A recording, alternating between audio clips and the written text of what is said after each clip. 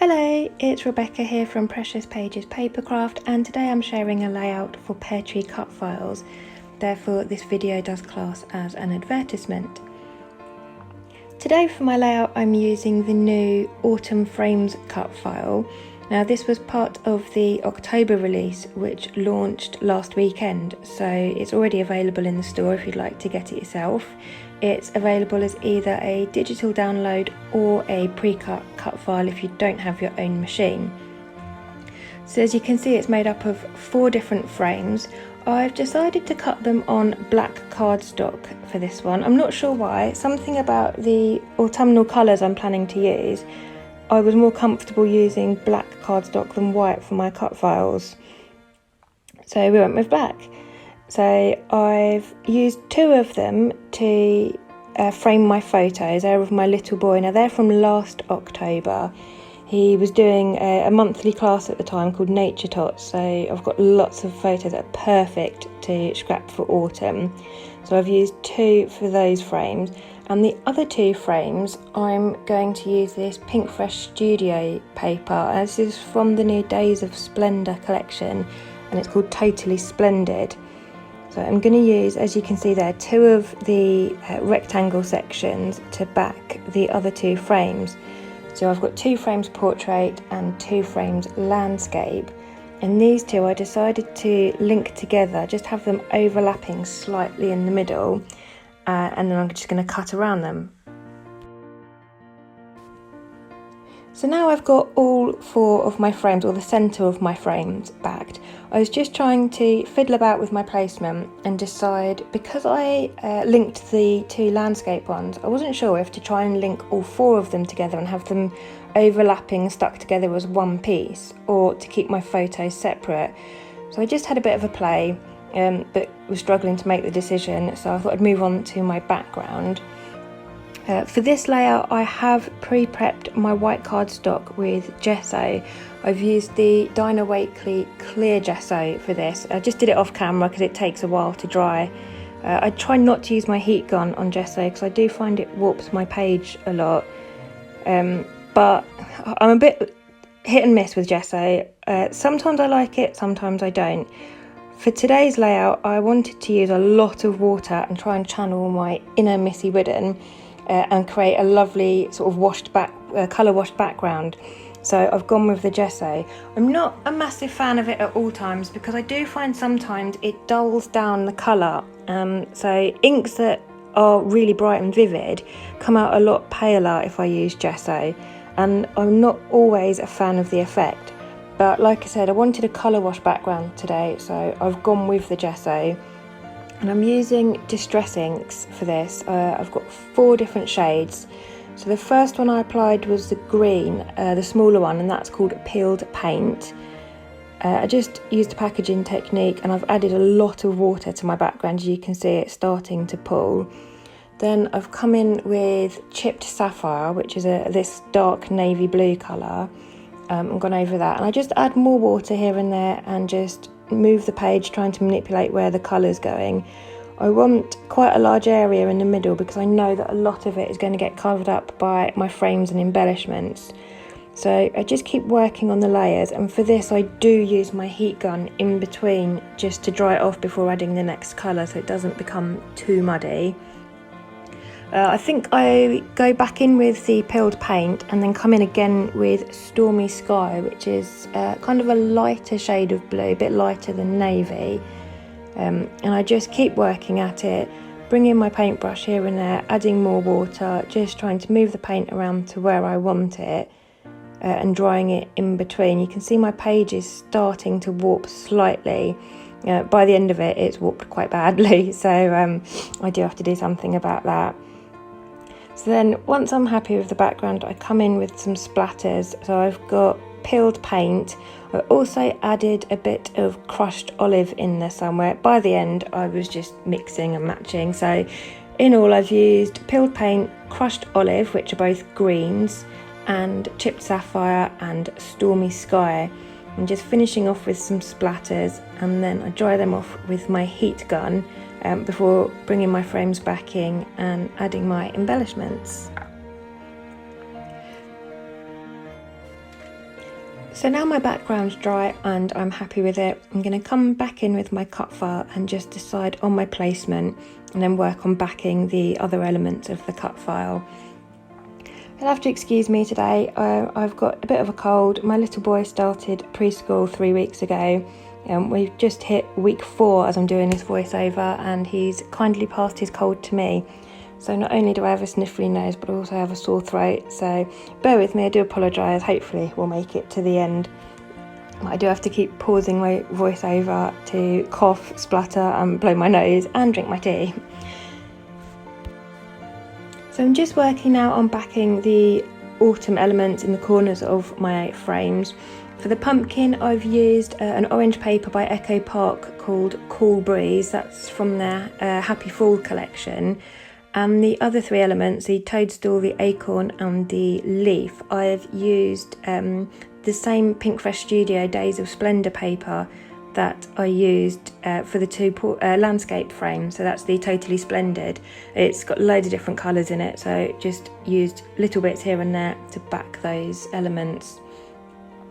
Now my page got really warped despite using gesso. Because I've added so much water to it and worked it in so many layers and dried it with a heat gun in between, it has warped quite badly. So I left it overnight under a stack of 12 by 12 cardstock to try and flatten it out, and it's worked to some extent, but it's still quite warped. So I decided to add a coloured border, and again this is from the Happy Fall collection by Echo Park, and this paper is called Fall Forest. And it's like a minty green and teal checkered paper, like gingham paper. So I'm using that. It goes actually really well with the colours I've used on my background. So I just adhere a layer or a row of double-sided sticky tape all the way around the edge. I don't go all the way close to the edge. As you can see, I've left a small gap, and that's because once I've stuck my frame, also my page back down on my border frame, I like to run my finger around the edge and just distress it a bit further. I'm a real fan of distressed edges, and it's a bit like go big or go home with me. I like it, if I'm going to distress it, I want it to look really distressed. So I've used the blade of my scissors and then gone round with my thumb and just distressed it further. Yeah, it's levelled out my warping a little bit, ironed it out for me. So now I can come back in with my cut file and start working on placement and embellishments. So I've decided to raise my cut file frames up on foam just for a bit of added dimension, and it creates a lovely shadow around the edge of them. So it's just cheap craft foam. I think this came from either the Hobbycraft or the Range, and I just stick it down using double-sided tape. As you can see, I decided to keep the 2 photo elements separate, so my cut file is actually in 3 bits now instead of 4. Just working on my title, so I've got this wooden veneer piece that says Discover, and I'm going to add the word autumn underneath, so my title is Discover Autumn, and the letters for autumn are from the Pink Fresh Days of Splendour collection. They're just the mini alphabet letters I've used, and I just use my T-square ruler just to make sure I'm getting those straight. And then I start thinking about embellishments. Now initially when I started this layout, I wanted to stick to the Days of Splendour collection. Didn't quite work. I have mixed and matched a bit of Echo Park and Photo Play in as well. But I started with the floral ephemera pack from Days of Splendour and just picked out some leafy bits and started scattering them around my layout.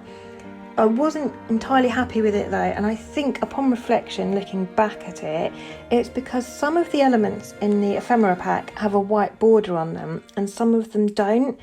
And because I'd cut my cut file in black cardstock, the white border on them wasn't really looking right, and the leaves that didn't have a border they didn't look quite finished enough, and I just really wasn't happy. So I continued working on it with them in place, but in the end I ended up taking those away and starting again. So now I'm just picking out some stickers that I want to use on my layout, just going through the Days of Splendour cardstock stickers there I'm just picking out elements that go with my layout, either colour wise or what's written on them. And then I've got a couple of sheets of element stickers as well. So I've got one from Echo Park, my favourite fall collection, and another one from Photo Play Mad Plaid Fall. So I just pick and choose some elements from both of those, add them to the side of my layout, and then work on placement. The little tree stump at the bottom is from a different pack. Now, I can't for the life of me remember where I got this from, but it's from Funny Friends, and it's just called Die Cut Cardstock. So that's from there, and I just add that down the bottom corner and then start working in other stickers and embellishments. The two curved leafy bits you see at the top and bottom of my title are from the Days of Splendour Floral Ephemera pack, so I managed to get a couple of bits from those on my layout. And then I just come in with some thread. I've got quite a few threads in different autumn colours, so I thought I'd use a couple up and try and get some in on my layout, but initially couldn't decide where to place it, and then it all got tangled, so I gave up with that and thought I'd come back to it.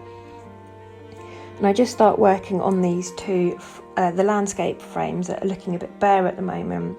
So that hedgehog sticker is from the Echo Park sticker sheet. And then I've got some acorns that I bring in. They're from the Photo Play sheet. And I've also got a couple of leaves that I use. I've got yellow maple leaf and an orange leaf over on the left. And then I've got this owl, that's also from the Echo Park sheet. And then that sticker at the top there that says Thankful and Grateful, that's from the Photo Play sticker sheet again. So I just work on the stickers, I raise some of them up on foam pads and lay some of them flat just to work in with the layout. And then I go back to my title. This wooden veneer is raw, so I quite often like to decorate them with embossing powder. So I've gone over it with my Ranger Distress Embossing Dabber, and that's, instead of like using a stamp pad, I've just got that instead. And I'm using the Wow embossing powder, and that is called Metallic Gold Sparkle, that colour. So I just add that on, seal it on with my heat gun. I do go over it twice and do 2 layers, just because the first one looked a bit patchy, so I've gone over it a second time. It's given it a lovely gold sparkle, and just working on the placement down the bottom there and sticking some elements down. For most of my stickers and ephemera I just use sort of tacky PVA glue, but for bigger things like the Discover chipboard I will use glossy accents because I find it holds a lot stronger.